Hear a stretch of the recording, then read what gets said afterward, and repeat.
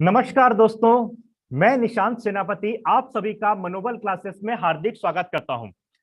दोस्तों, हम पिछली क्लास में सिंपल प्रेजेंट टेंस का पार्ट 1 देखे थे। इस क्लास में हम सिंपल प्रेजेंट टेंस का पार्ट 2 देखने जा रहे हैं। यदि अभी तक आपने सिंपल प्रेजेंट टेंस का पार्ट 1 नहीं देखा है तो मैं आप लोगों से रिक्वेस्ट करूंगा कि पहले आप सिंपल प्रेजेंट टेंस का पार्ट 1 देखिए, उसके बाद ही आप पार्ट 2 देखिए। लास्ट क्लास में हमने सिंपल प्रेजेंट टेंस का स्ट्रक्चर तक को देखा था, ठीक है। आज आज के क्लास में हम सिंपल प्रेजेंट टेंस के स्ट्रक्चर से ही कंटिन्यू करते हैं। तो सिंपल प्रेजेंट टेंस का स्ट्रक्चर होता है सब्जेक्ट प्लस वर्ब का फर्स्ट फॉर्म या fifth form plus object. Subject क्या होता है? सब्जेक्ट मतलब कर्ता, जो कार्य को करता है वही सब्जेक्ट कहलाता है। वर्ब मतलब क्रिया, क्रिया मतलब जो कार्य होता है, जो कार्य सब्जेक्ट करता है वही क्रिया कहलाता है। ऑब्जेक्ट मतलब कर्म। अच्छा, ये ऑब्जेक्ट क्या होता है? मैं आप लोगों को लास्ट क्लास में बताया था कि क्या या किसको, क्या या किसको का यदि हम प्रश्न करेंगे तो जो जवाब मिलेगा वही ऑब्जेक्ट होता है, ठीक है। हम समझ गए सब्जेक्ट क्या होता है, वर्ब क्या होता है और ऑब्जेक्ट क्या होता है, ये हम समझ लिए। अब हम देखते हैं कि वर्ब का फर्स्ट फॉर्म क्या होता है और वर्ब का फिफ्थ फॉर्म क्या होता है। तो देखिए दोस्तों, मैंने लास्ट क्लास में एक एग्जांपल दिया था, जैसे गो, वेंट, गॉन, गोइंग, गोस, ठीक है। तो देखिए, ये है वर्ब का फर्स्ट फॉर्म। वर्ब का फर्स्ट फॉर्म प्लूरल होता है और इसी को ही इंफिनिटिव कहते हैं, ठीक है।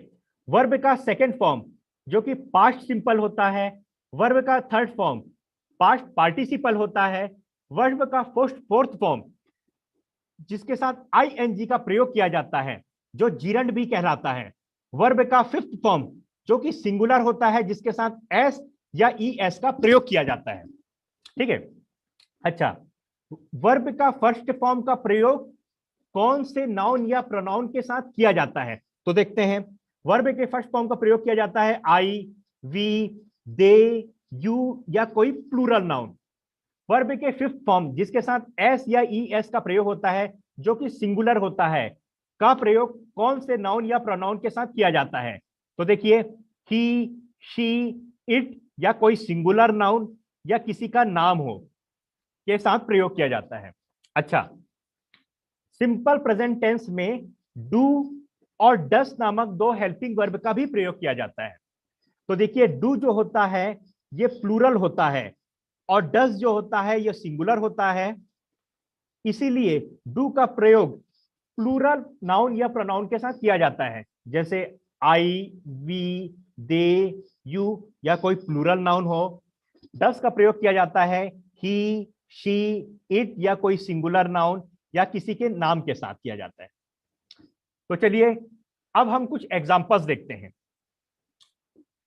कुछ एग्जांपल देखने से पहले हम सबसे पहले तो ये देख लेते हैं कि ये अफर्मेटिव सेंटेंस होता क्या है।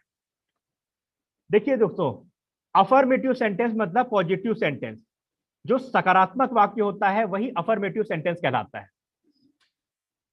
उसका एग्जांपल देखते हैं, जैसे Ajay pledge cricket. Ajay cricket खेलता है। तो देखिए दोस्तों, अजय क्या है? एक प्रॉपर नाउन है। प्रॉपर नाउन, अच्छा, प्रॉपर नाउन कौन से नाउन को बोलते हैं? प्रॉपर नाउन उस नाउन को बोलते हैं जो कोई खास नाम हो, जो कोई प्रॉपर नाउन हो। जैसे जैसे मैं बोलूंगा बॉय, बॉय बॉय मतलब लड़का। अब मैं बोलूंगा राहुल, तो राहुल क्या है? एक प्रॉपर नाउन है, एक व्यक्ति का, एक लड़के का एक खास नाम है। मैं बोला रिवर, रिवर में क्या? गंगा, गंगा नदी क्या है? एक नदी का खास नाम है, एक प्रॉपर नाम है, तो उसे ही प्रॉपर नाउन कहते हैं।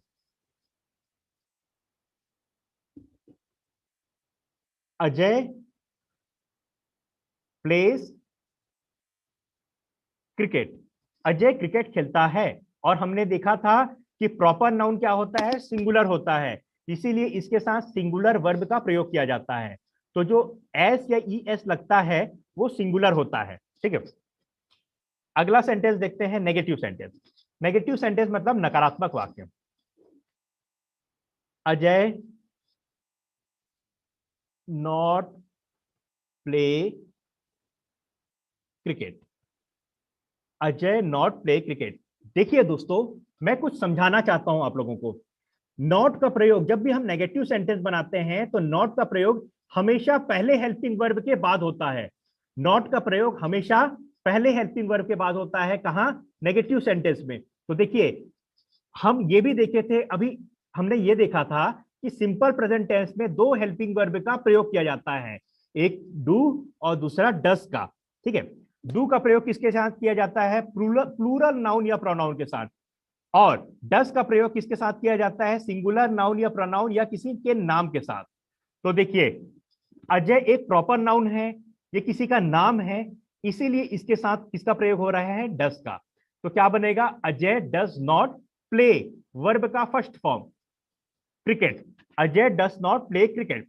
हमने अभी जस्ट देखा था कि अजय प्लेस क्रिकेट, मतलब सब्जेक्ट के साथ वर्ब का फर्स्ट फॉर्म या फिफ्थ फॉर्म प्लस ऑब्जेक्ट, ये हम लोग अभी देखे थे। जो स्ट्रक्चर हम देखे थे वो स्ट्रक्चर अफर्मेटिव सेंटेंस का है। ठीक है, जो हम नॉर्मल जो स्ट्रक्चर पढ़ते हैं, सिंपल प्रेजेंट टेंस या कोई से भी टेंस का जो हम स्ट्रक्चर पढ़ते हैं वो अफर्मेटिव सेंटेंस का स्ट्रक्चर होता है। ठीक है, नेगेटिव सेंटेंस में वर्ब का फर्स्ट फॉर्म का प्रयोग होगा, मतलब अफर्मेटिव सेंटेंस को छोड़ के। अफर्मेटिव सेंटेंस में किसका प्रयोग हो रहा था? वर्ब का फर्स्ट फॉर्म या वर्ब के फिफ्थ फॉर्म का प्रयोग हो रहा था। अफर्मेटिव सेंटेंस को छोड़ के कोई भी सेंटेंस हो, चाहे नेगेटिव हो, चाहे इंट्रोगेटिव हो, चाहे नेगेटिव इंट्रोगेटिव हो, चाहे WH वर्ड हो, सभी के साथ वर्ब का फर्स्ट फॉर्म का प्रयोग होता है। अफर्मेटिव सेंटेंस में वर्ब का फर्स्ट या वर्ब के फिफ्थ फॉर्म का प्रयोग होता है। चलिए देखिए, तो ये क्या बनेगा?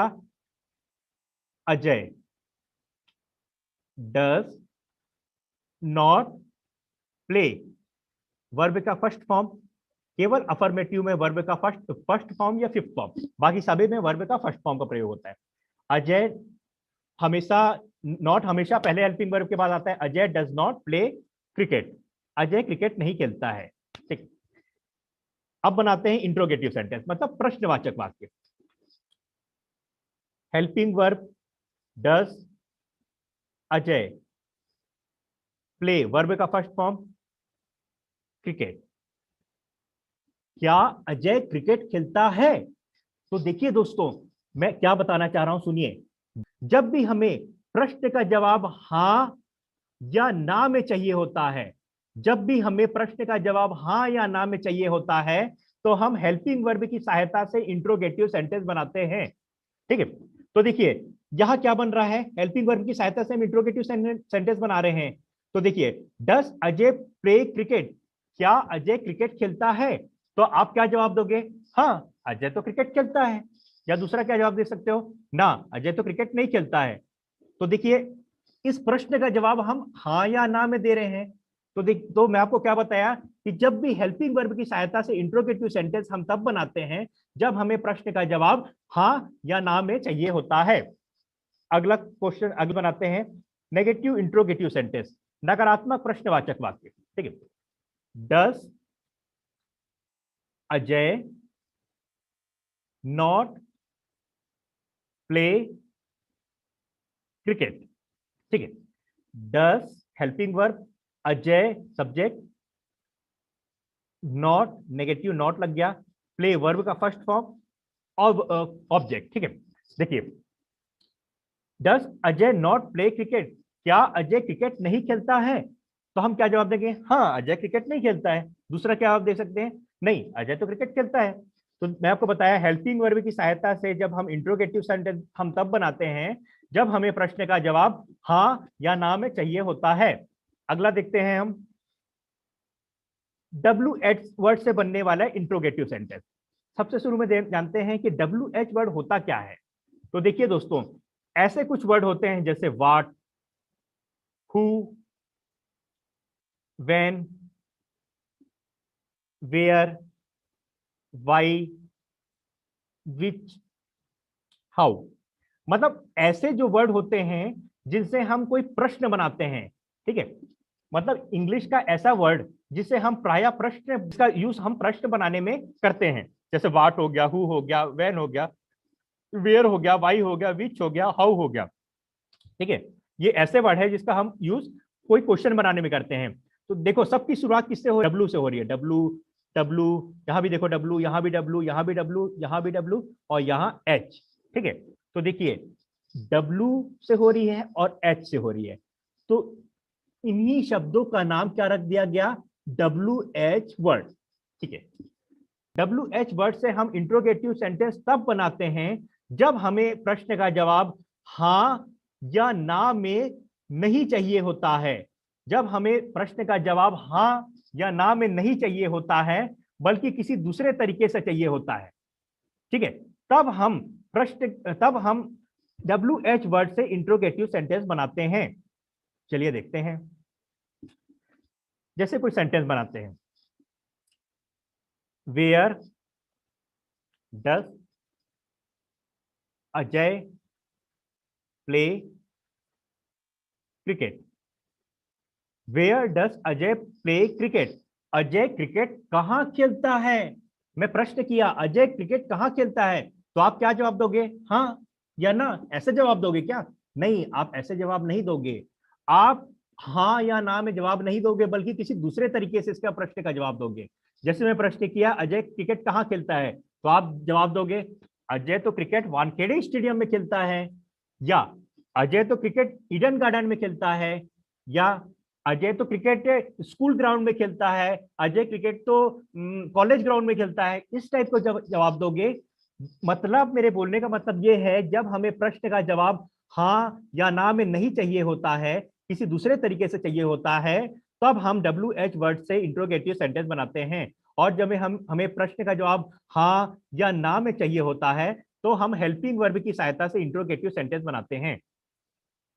तो देखिए दोस्तों, आप लोगों को पूरा नोट्स मिल जाएगा, आपको कुछ भी लिखने की आवश्यकता नहीं है।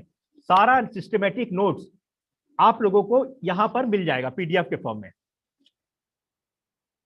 देखिए दोस्तों, ये कोर्स का प्राइस क्या है, सबसे पहले आपको बता देता हूं, ओनली 99 रुपीज। इन 99 रुपीज में आपको 50 से अधिक हम वीडियो देंगे, पूरा नोट्स देंगे, आपको कुछ भी नोट्स बनाने की जरूरत नहीं। हर एक टॉपिक के खत्म होने के बाद उसका टेस्ट होगा, और उसी टेस्ट के बाद वीडियो के फॉर्म में उसका एक्सप्लेनेशन होगा, और उसी एक्सप्लेनेशन का आपको पीडीएफ भी मिल जाएगा।